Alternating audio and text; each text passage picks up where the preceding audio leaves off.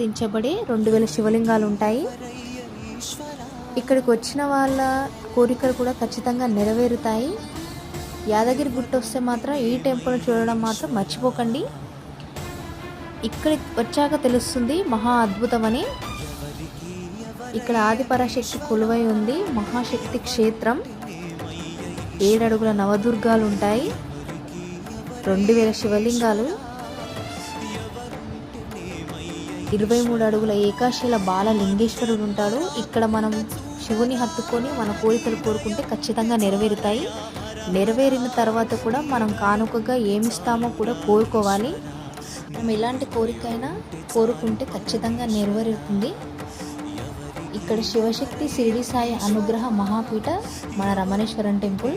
మీరు అనుకున్నవన్నీ నెరవేరాలంటే మీరు లాంగ్ వీడియోలు చూడాల్సిందే. ఖచ్చితంగా కింద డిస్క్రిప్షన్లో లింక్ ఇచ్చాను, వెళ్ళి చూసేయండి.